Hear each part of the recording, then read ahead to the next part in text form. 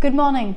You're watching India Today on our social media handles. I'm Akshita Nandagopal, getting you a roundup of all the top stories that we're tracking this Tuesday morning. As always, I want to start off with what's happening in Jammu and Kashmir, because in the last 2 weeks we've been talking about how there have been so many targeted killings of civilians in the last 15 days. 11 civilians have lost their lives. And the latest updates that have come in on the story, number one, is that the NIA, the National Investigation Agency, is taking over the investigation in 2 incidents. Remember that on October 5th, and this was before the entire cycle of violence, actually, there were about 2 incidents that were reported at that time. And on October 5th, you had 3 killings of civilians. 2 of them was something that made headlines. One was a very prominent Kashmiri Pandit. The other was a Virender Paswan, who's a Pani Puri seller. So these 2 killings, the NIA is now going to investigate. Now, why exactly only these 2 incidents is the NIA stepping in on? Well, a number of factors really, because there is a suspicion of a terror conspiracy case also. So that's being looked into currently. But importantly, while you're in fact seeing the NIA taking over the investigation, the focus is also on ensuring that there is adequate security provided on the ground, because as the probe continues and associates, those who helped these terrorists, all of them are identified. There's also an important focus right now on ensuring that no more such killings, targeted killings, take place. It's very clear that at this point civilians are being targeted by these terrorists, particularly non-Kashmiris, people who've come in from other parts of the country to earn a decent living. They're being targeted. You're also seeing incidents of people from the minority community being on the target list of these terrorists. So they're trying to ensure, authorities are trying to ensure that there are no more such incidents that are reported. The last one that happened was 2 days back on Sunday, when you had 2 Bihari laborers being targeted in Kashmir. So you're seeing the Army Chief, General M.M. Naravani, currently in Jammu and Kashmir. He's on a 2-day visit. He's going to be on the ground, particularly the border areas, reviewing the security situation at a time when you've been seeing a lot more infiltration attempts, at a time when Pakistani terrorists have been entering the valley and also have killed many of our soldiers. Many of our soldiers have been killed in action in the last few days in different operations, particularly in Poonch. Besides that, also, Home Minister Amit Shah is going to be in Jammu and Kashmir in a few days from now. On Saturday, he's going to be kicking off a visit to Jammu and Kashmir. And in this particular visit, he is going to be meeting with the Lieutenant Governor, Manoj Sinha. He's also going to be meeting with CRPF officials, with any Central Forces officials, to understand what really needs to be done to change the security status, to change the apparatus and perhaps the entire deployment in such a way that civilians no longer are a soft or an easy target. So that is another important update that's coming on this story. Saturday, again, let me remind you, is when Amit Shah is going to be in Kashmir.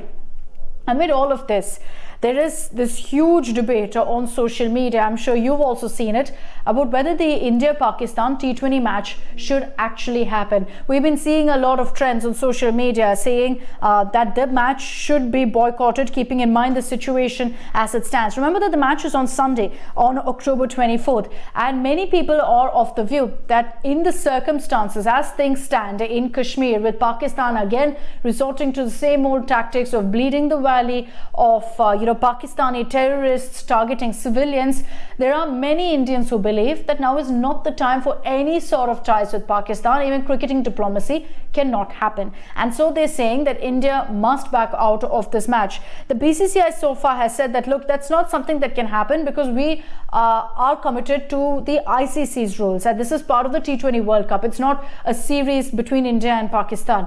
This is part of the T20 World Cup. There's already, in fact, matches that have been lined up with different teams.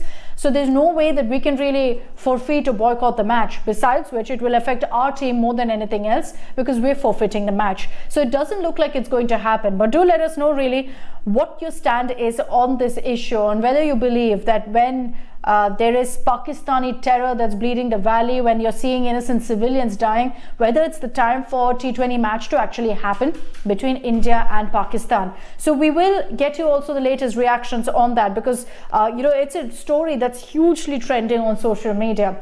I also want to tell you about another story that's being talked about right now, and it sparked this huge debate again on Diwali. It's not about crackers this time, which is what we see every single time. It's about an advertisement that was put out by the very popular brand Fab India. Now, in this particular ad, they had in fact put out their latest collection for Diwali, which was called Jasn-e-Riwaz. It's led to this massive uproar and outrage, with many saying that why is an Urdu name being given for a Hindu festival? So much so, and I told you it's trending on social media, with many saying boycott Fab India. So much so that Fab India has now withdrawn the ad. They've pulled out of the campaign. They've said that they're not going to be pushing forward with these ads anymore. So the ads have been pulled off from all of their platforms. A lot of politicians also had reacted on this. You had the likes of Tejasvi Surya also slamming it, saying that you look at the kind of collection also, it doesn't follow any of what is Hindu tradition or what is Hindu culture. And there was a lot of objection to the use of the Urdu word Jasn-e-Riwaz as well, saying that this is an attempt to de-Hinduize, if that's even a word, but that's what's doing the rounds on social media, to de-Hinduize Diwali.